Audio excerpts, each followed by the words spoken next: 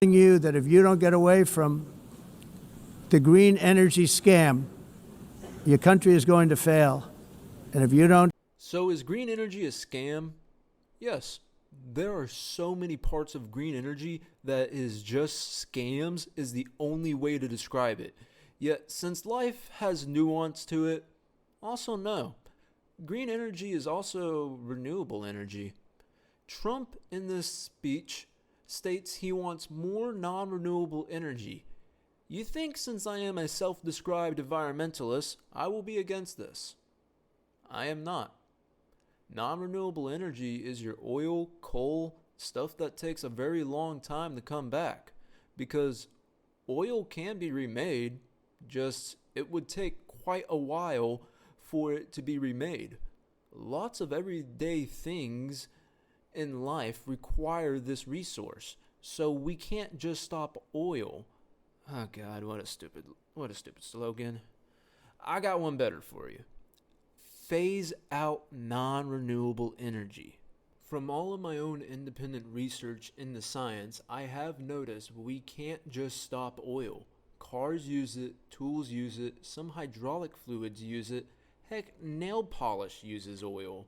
So there really isn't a way of stopping oil.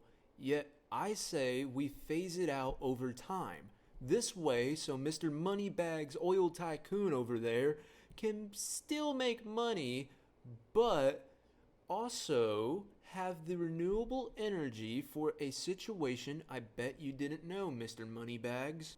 The more you mine or drill for non-renewable energies, the more it will cost. There is a finite supply of oil and coal on Earth, yet solar power and wind, that stuff comes in every day. Heck, with 16 hours of useful wind due to having 8 hours of dead wind, when you can't spin the turbine, that's still 16 hours of really cheap power. Trump does make one good point though.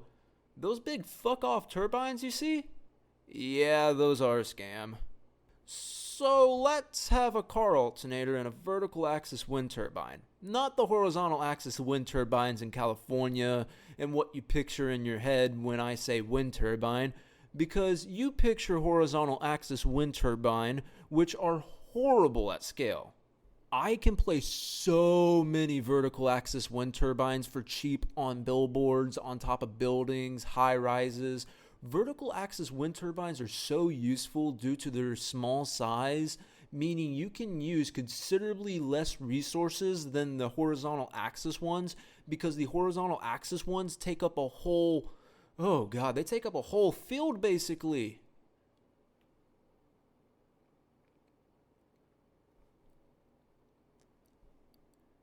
Yet a car alternator produces 12 volts at 200. Yet a car alternator produces 12 volts at 200 to 240 amps depending on the alternator. By the way, other things would generate better power, just car alternators are a high trash resource. So for every hour you produce power with the car alternator is 12 times 200, which is 2,400 watts of power.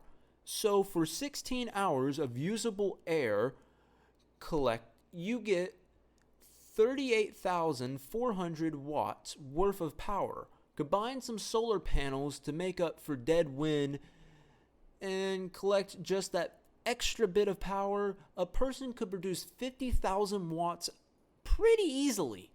You only need 20,000 for a house, give or take. Add some batteries and boom, got a badass mini grid right there, which would help the phase out oil over time, not stop it, because the oil gets used for other things. So in the end, oil would become cheaper with more renewable power.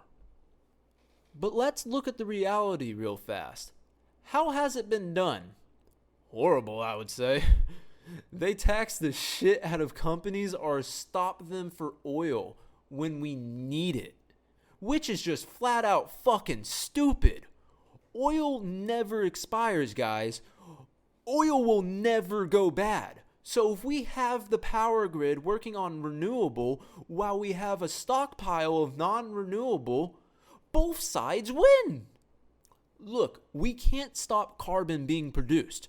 Your breathing right now is producing carbon, but do you have a plan to offset that? Because another point Trump speaks about is carbon footprint. Yes, this is a real thing.